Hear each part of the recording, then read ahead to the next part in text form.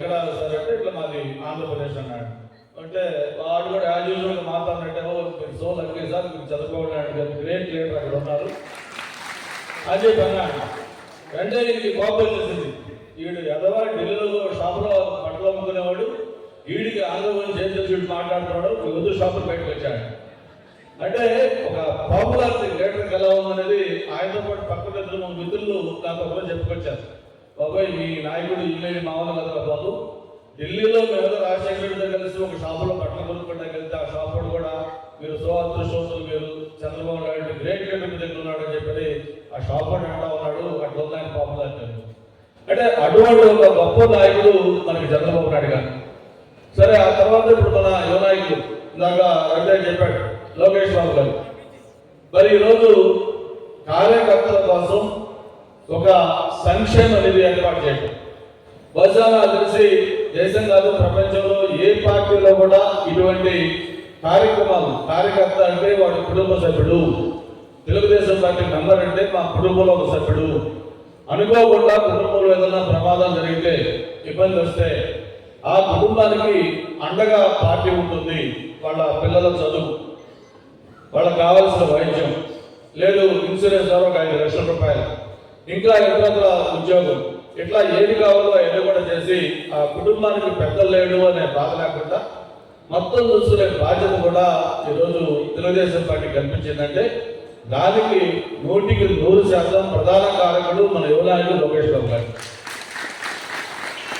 ఈరోజు కార్యకర్తలకు ఒక భరోసా, తెలుగుదేశం పార్టీ సభ్యుడంటే ఒక గర్వంగా నేను తెలుగుదేశం పార్టీ కార్యకర్తని, నేను తెలుగుదేశం పార్టీ గ్రామ శాఖలో ఉన్నాను, లేకపోతే మండలంలో ఉన్నాను, జిల్లాలో ఉన్నాను అని గర్వంగా కాలం ఎగరే చెప్పుకునే విధంగా ఆ కార్యకర్తలకు భరోసా నింపింది ఈరోజు లోకేష్ బాబు గారి నాయకత్వం.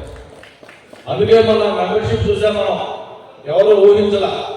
వాడు రైతేజ్ అన్నాడు, లేదు డాడీ ఖచ్చితంగా మేము 1,00,000 మంది చేస్తామంటే పని అంతకుముందు ఎంత ఉందో అని అడిగాడు. అడిగితే 16,000 చేస్తామన్నారు. 16,000 చేసి 1,00,000 ఎట్లా చేస్తారు, 16,000 20,000 చేస్తారు, 30,000 చేస్తారంటే లేదు డాడీ కాదు బ్రహ్మాండంగా రెస్పాన్స్ ఉంది, తప్పకుండా చేస్తానంటే సరే ట్రై చేయండి అన్నాం. చేస్తే అన్నట్టుగా 1,16,000 మెంబర్షిప్. ఎప్పుడు భీమిలి చరిత్రలో కనీపి ఎలుగుల పార్టీ మెంబర్షిప్ ఒక భీమిలి నియోజకవర్గంలో 1,00,000 పైన మెంబర్షిప్ చేశారు. అంటే 175 నియోజకవర్గాల్లో ఏదైతే టాప్ 10 ఒక మంగళగిరి ఇట్లయితే మొత్తం 10 నియోజకవర్గాలు ఉన్నాయో ఆ 10లో భీమిలి కూడా ఒక స్థానం వచ్చింది. ఆ విధంగా మనకి ఈరోజు కార్యకర్తల్లో ఉత్సాహం ఉంది. సరే మన ఎలక్షన్లో ఎలాగూ మీరు ఇచ్చిన మెజారిటీ మామూలుగా మర్చిపోలేదు. ఆ మధ్య ఫంక్షన్లో లోకేష్ బాబు కలిసినప్పుడు ఆయన కూడా అంటా ఉన్నాడు, అలా మేమైనా నాకు కోపంగా ఉందన్నాడు.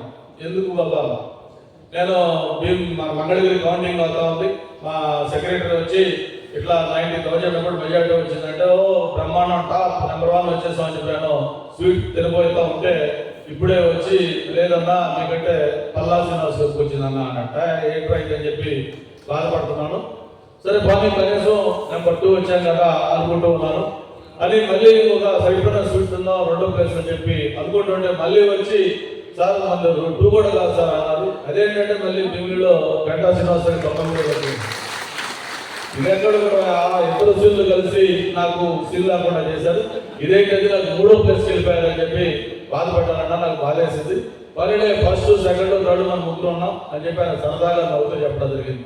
అంటే భీమిలి నియోజకవర్గంలో 93,000 ఓట్లు మెజారిటీ అంటే ఎవరైనా ఊహించలేండి. గతంలో మనం 14లో ఎమ్మెల్యేగా పోటీ చేసినప్పుడు 37,000 మెజారిటీ తెలిసినప్పుడు ఒక రికార్డు, టాప్ మెజారిటీ అనుకున్నాం. అటువంటి మెజారిటీకి 3 రెట్లు 93,000 మెజారిటీతో మళ్ళీ మొన్న మీ అందరి ఆశీస్సులతోటి, ఆశీర్వాదాలతో, కృషితోటి మనకి ఆ మెజారిటీ లభించింది. అంటే మెజారిటీ తెచ్చారంటే నా మీద బాధ్యత కూడా చాలా ఎక్కువ పెట్టారు. ఒక ఆశయంతో, ఒక అంచనాతోటి, ఒక నమ్మకంతో మీరు అంత మెజారిటీ ఇచ్చారు. మీ కుటుంబంలో ఒక సభ్యులు ఎవరైనా ఎన్నికల్లో పోటీ చేస్తే ఎంత కష్టపడతారో నాకు తెలియదు, కానీ అంతకంటే ఎక్కువ కష్టంగా బాధ్యతతోటి ప్రతి గ్రామంలో, మారుమూల పల్లెటూరు, శివారు గ్రామంలో కూడా మా వ్యక్తి, మా ఇంట్లో మనిషి పోటీ చేస్తున్నాడు అని ఒక బాధ్యత తీసుకొని మీరు అందరూ చేయబట్టే ఆ మెజారిటీ వచ్చింది. తప్పకుండా మీరు ఇచ్చిన బాధ్యత నేను శిరస్సు వచ్చి అంగీకరిస్తా ఉన్నాను. మీరు ఏ నమ్మకంతో అయితే మీరు ఓట్లేసి కల్పించారో ఆ నమ్మకాన్ని వంచన చేయకుండా దాన్ని తప్పకుండా నెరవేర్చి మీ రుణం తీర్చుకుంటారని చెప్పని ఈ సందర్భంగా మరొకసారి మీకు తెలియజేస్తా ఉన్నా.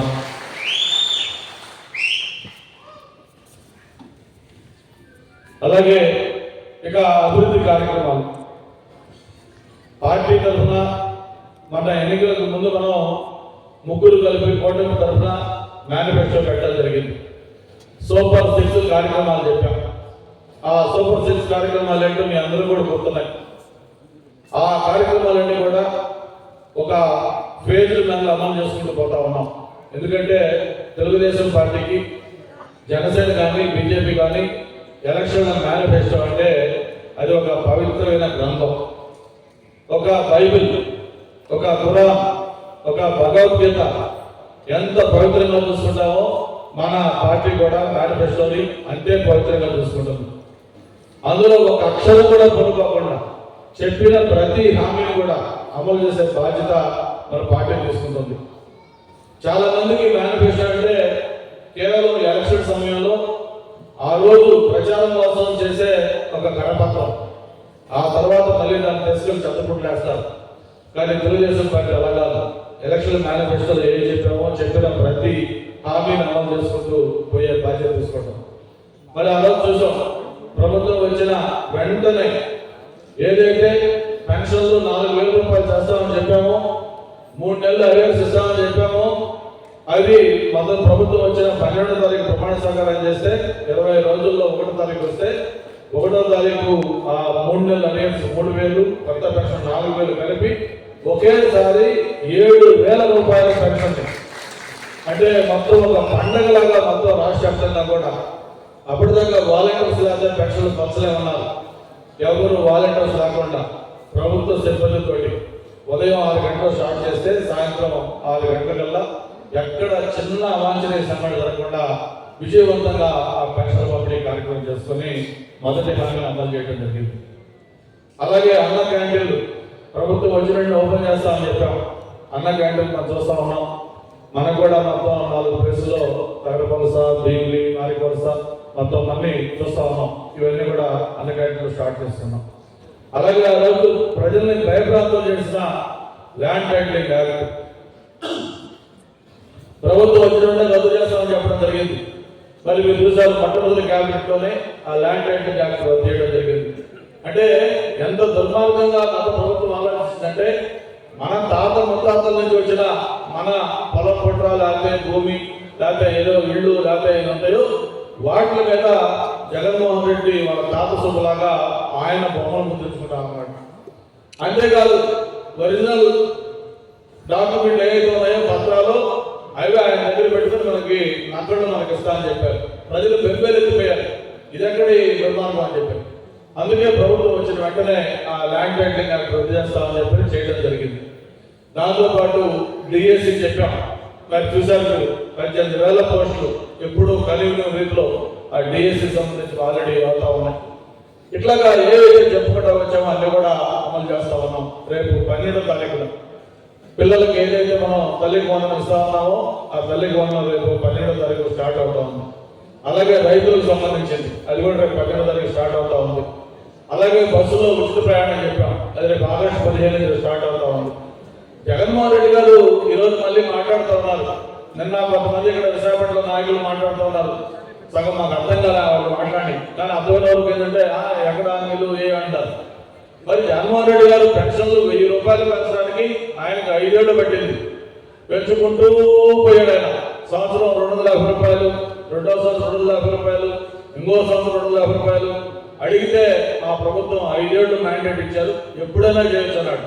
కానీ మనం అలాగా ఈ దొంగతిరుడు మాట్లాడలేదు. చెప్పిన మాట ప్రకారం వాడి రాష్ట్రాన్ని కూలీ చేసి వెళ్ళిపోయినా మొత్తం ఒక్క పైసా డబ్బు లేకుండా లక్షల కోట్ల అప్పు మన చేతికిచ్చిపోయినా మరి ఆయనకున్న అనుభవంతో ఆ కష్టంతో ఈరోజు కేంద్ర ప్రభుత్వ సహకారంతో అన్ని అభివృద్ధి కార్యక్రమాలు ఒక పక్క, మరో పక్క ఇచ్చిన ప్రతి సంక్షేమ కార్యక్రమాలు గతంలో కంటే మెరుగ్గా అమలు చేస్తూ ముందుకు తీసుకెళ్తున్న విషయాన్ని కూడా